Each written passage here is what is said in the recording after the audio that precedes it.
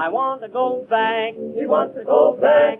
I want to go back to the farm. Go back far away from home, with a milk pail on my arm. I miss the rooster, the one that used to wake me up at 4 a.m. down on the farm. I'm Scott Boehm. They call me the Old Farmer. If you've been watching my videos, you've noticed at the end of the episode that I show Slate about looking into Linux as a replacement operating system for your computer, whether you're using Windows or whether you're using an Apple computer. Now, the way that I perceive this is that there's probably about 3% of people who swear by Windows or Apple. That's the way they're going to be, and there's no way to change your mind or whatever. That's fine. They swear by the operating system of their choice, and the rest of us swear at it. We're very frustrated. We don't like the way it's arguing with us and the problems it causes. If we first of all take a look at the flexibility of what Apple can do, you kind of see we have a partial tree here to represent it. And when we go over to Microsoft, it's a little bit more flexible than what Apple is. Now you see the whole forest, and that's what we're representing Linux to be. Now let's be perfectly honest and say not everything will be perfect, and you won't ever have any problems with anything.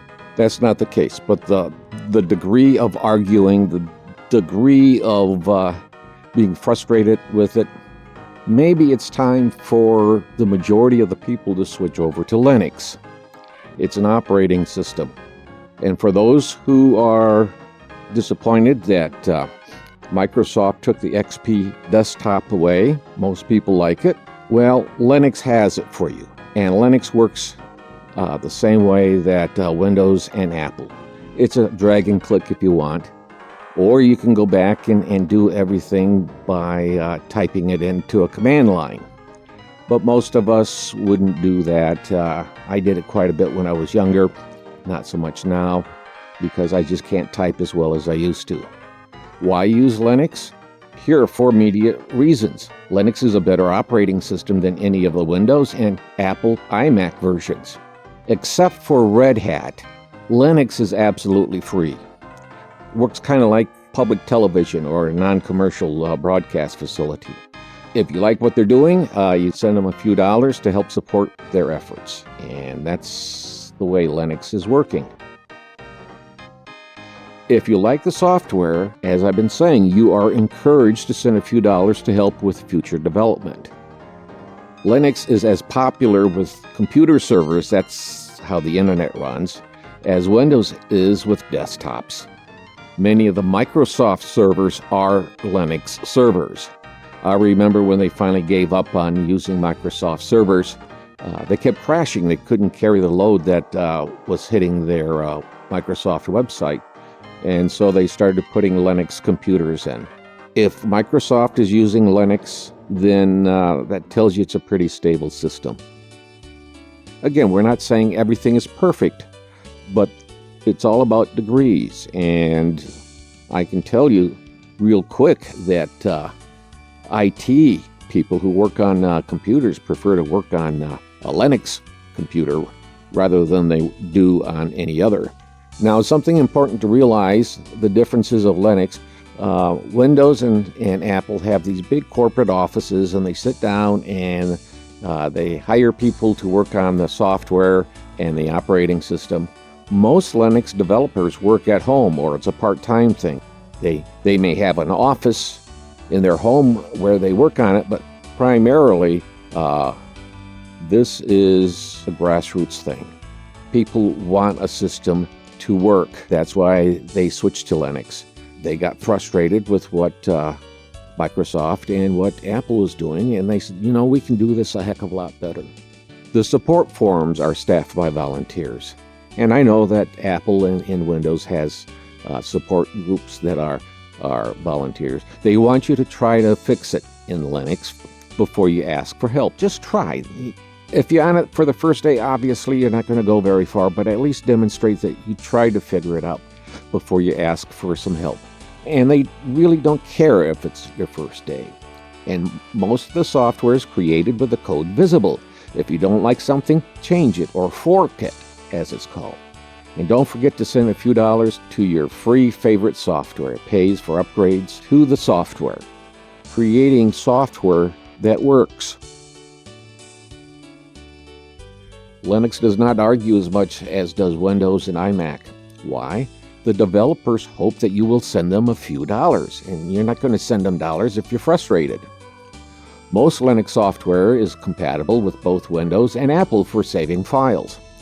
So if you have something that you saved on a Linux computer, when you open it up to save it or export it, sometimes it's an export rather than a save, you see all these different ways that you can save it. And other than for Page in iMac, Linux chances are will save to it. Most Linux software is compatible with both Windows and Apple for saving files. You're not locked into a click and drag design for your desktop. That's called a desktop environment, or DE. Linux has over 15 designs, including XP, and you get the XP version by going and loading Mate, M-A-T-E, onto your computer for your desktop environment. Believe it or not, there is a plugin that will let you run most Windows software. Where it's weak is gaming. But the other programming, if you put the plug-in, and I've never had a need for it, so I don't do it, you can run quite a bit of the Windows software on a Linux platform. Many Linux programs work like their Windows counterpart. Other than learning some different names and a little bit different design on how things are done, a couple of weeks you'll have it down pat. Many programs are superior to Windows and Apple software. Again, they want you to send them dollars, so they're not going to make it so that it's impossible for you to do your work. It's just a common sense thing. And as I've said before, you can save it to Windows or iMac. Oh, wait, what's this? And here's something you may not realize. Many programs have Windows and Apple versions. So you can start working with some of these Linux programs on an Apple desktop or on a Windows desktop. The disappointing thing is they follow the format of Windows or Apple, and they kind of pick up the attitude of, okay, if we're going to be on an Apple computer, let's make it Apple-ish or put some Apple think into it. That disappoints me, but you can start using quite a bit of the software designed for Linux on Windows and on Apple.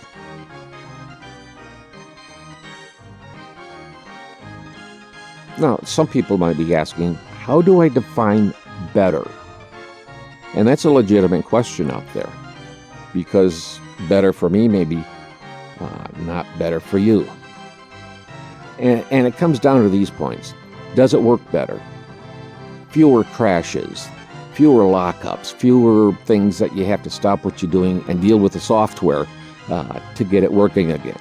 And with Linux, there's less of that.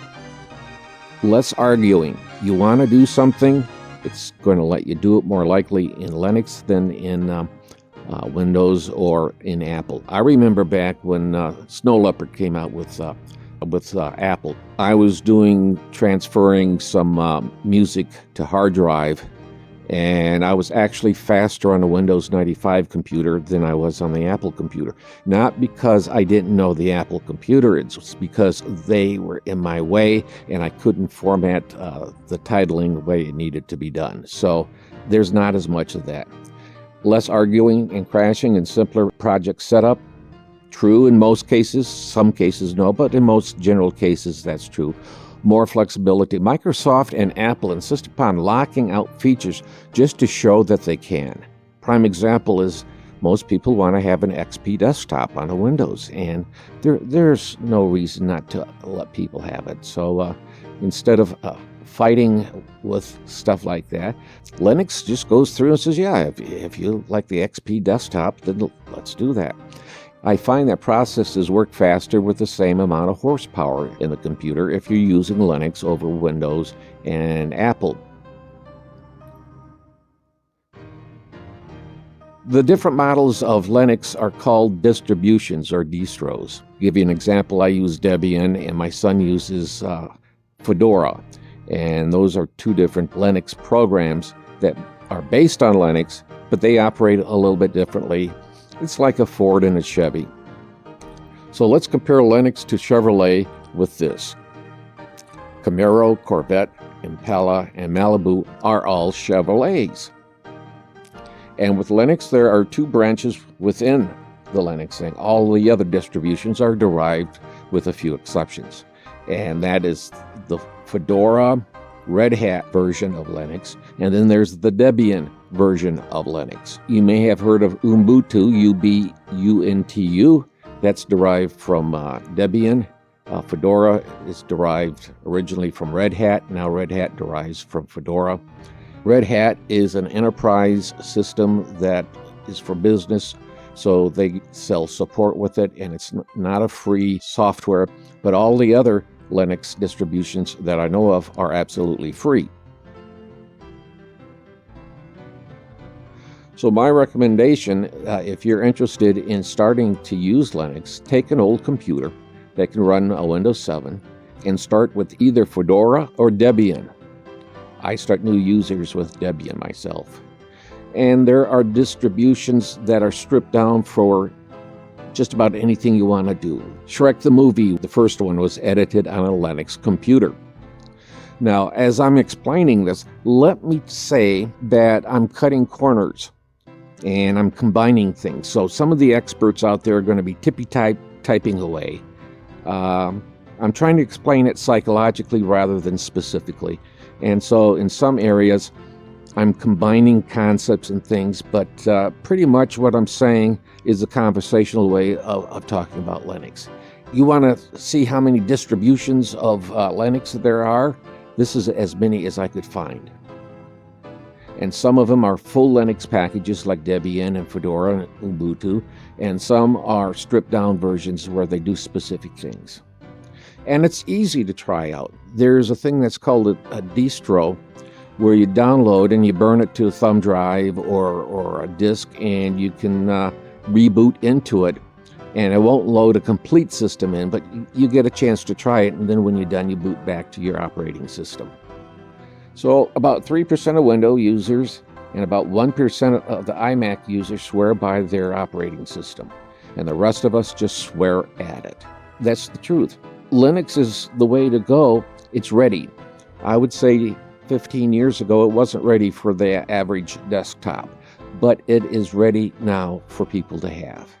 There are just a few differences in it, and there's not as much paid support out there, but there's forums all over the place. The only virus protection I have is if I think there's a problem with a virus or malware, and I'm sending it to a friend using Windows. I don't use virus protection on my emails. I don't use it on my computer. Now, that's not saying down in the future it may not happen, but right now there's no threat. An important thing to realize is that you can go to some of the computer suppliers and they'll sell you a Linux package, but they've put Windows underneath it and then installed Linux over the top of it. If you were going to do something like that, it should be the other way around for better security and better stability. Don't let them make you pay for the Windows tax. That's what it's called. You buy Windows and you don't use it. That's a Windows tax. So just make sure that if you're going to go with someone setting up the computer for you in Linux, that they don't sneak a Windows operating system into the mix. I think that's abusive, and that should be outlawed. That's pretty much what Linux is in a rough overview on it. There's so many things I could talk about, but it's time for you to go and start researching Linux yourself. I'll put a couple of starting links down in the description that you can start looking at things. Just do a duck search for Linux, and you'll find out a tremendous amount of information. It's all over the internet. It's on YouTube, and they'll explain specific things more directly than what I've done. just come down to realize this. It works better. It argues less. It's free, but please support those software developers that you use their software with. And I've been using it, well, I started out with Windows, switched to Linux, went back to Windows, went to Apple, and then I went back to Linux because I just couldn't put up with the crap with Apple. Apple has good bones. Apple starts out in the same place as Linux does, but they put an attitude in it, the Apple think, the Apple speak, and it's very frustrating to have software work backwards from what you expect it to be. It's just very frustrating. If that's the case, you have Apple and you don't want to go back to Windows, go to Linux. If you're on Windows and you don't want to go with Apple, then go Linux. It's the software that's coming of age, and it's designed by a grassroots system of volunteers who care about having a good operating system, and each year they try to make it better. It's the way that a computer operating system should work. Well, this is the old farmer Scott Bain saying, be well.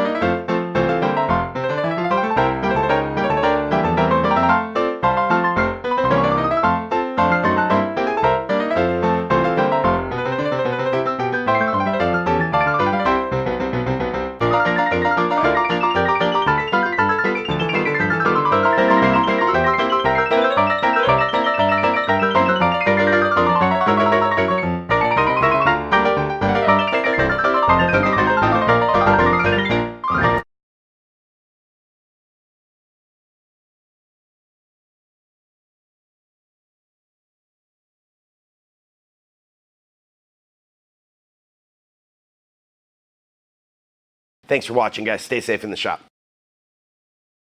Down on the farm.